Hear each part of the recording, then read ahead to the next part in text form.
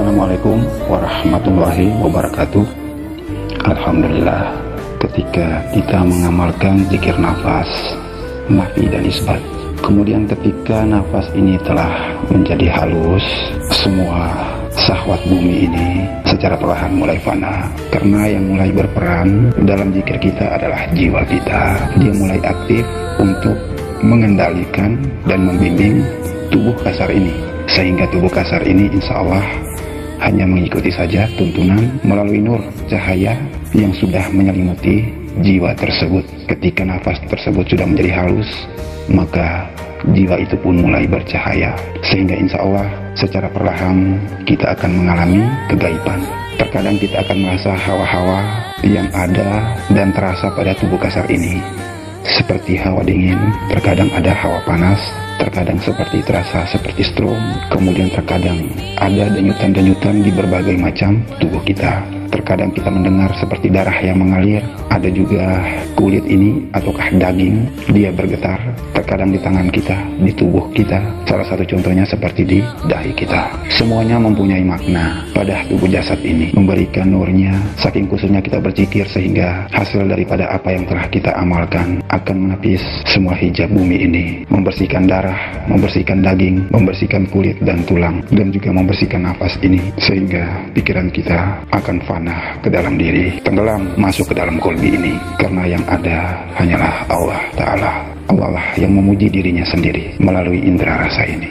Bersihnya kolbi ini ketika dia telah memancarkan cahaya, karena kita sudah berakidah kita hanya bersandar kepada Allah Ta'ala, maka pancaran itu akan menembus ke segala indera kita. Begitu juga ke dahi kita.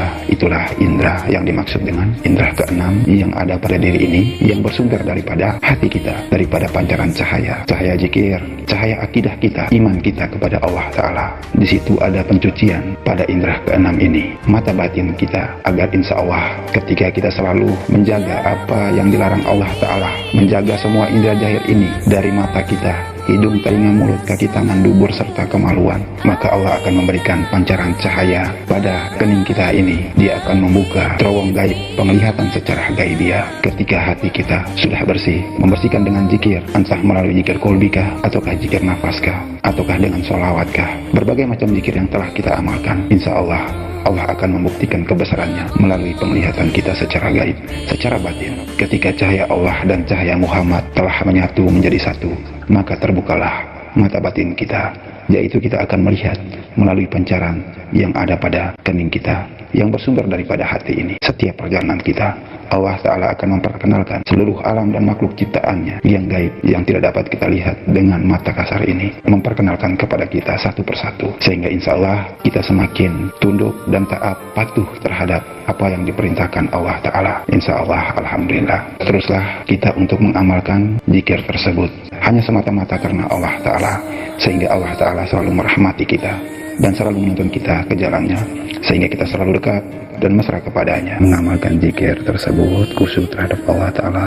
4 anasir yang ada pada diri ini ikut berzikir, mulai daripada darah, daging, tulang, dan kulit, masuk kepada anasir jiwa, api, angin, air, dan tanah, sehingga jiwa itu bisa hidup ketika mereka semua telah menyatu. Karena jika rasa yang menuntun diri kita, maka dimanapun kita menghadap, di situ wajahnya Allah Ta'ala.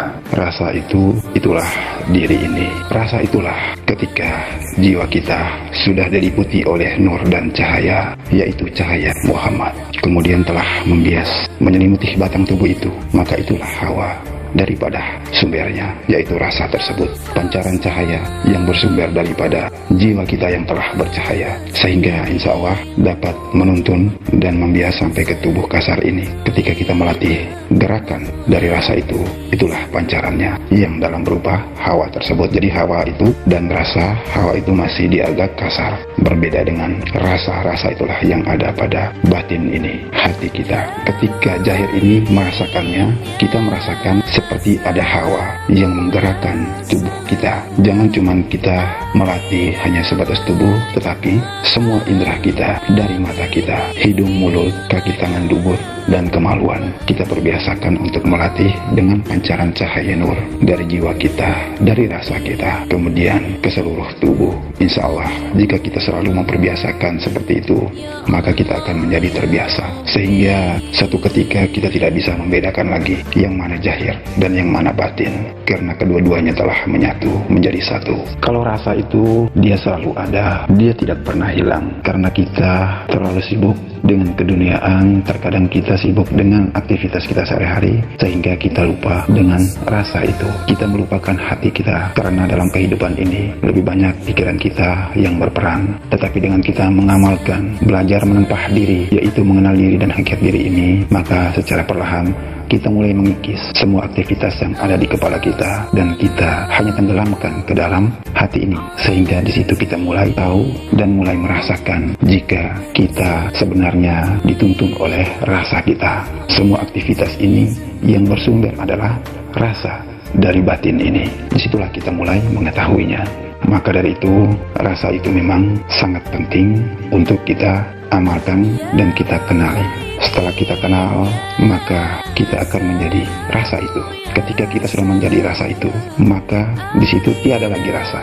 Ketika kita belum menjadi rasa, kita masih merasakan adanya rasa. Dari aktivitas semua indera zahir ini, dari kelakuan kita, kemudian indera yang ada pada tubuh kasar ini, kita masih menikmatinya.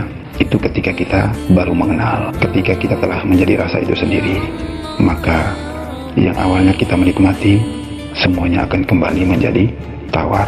Sebagaimana para salik mengatakan bahwa kita melihat tetapi buta, yaitu kita melihat tetapi kita tidak menikmati, tidak menembus sampai ke dinding kolbi ini, sehingga tidak muncul hayalan pada kepala kita. Kemudian kita mendengar tetapi tuli, kita mendengar segala ucapan yang tidak baik, entah itu gosip ataukah cacian, tetapi tidak menembus sampai ke hati kita, sehingga hati kita tidak terluka, dia menjadi terpental, dan kita tidak ikut terbawa dengan gosip itu.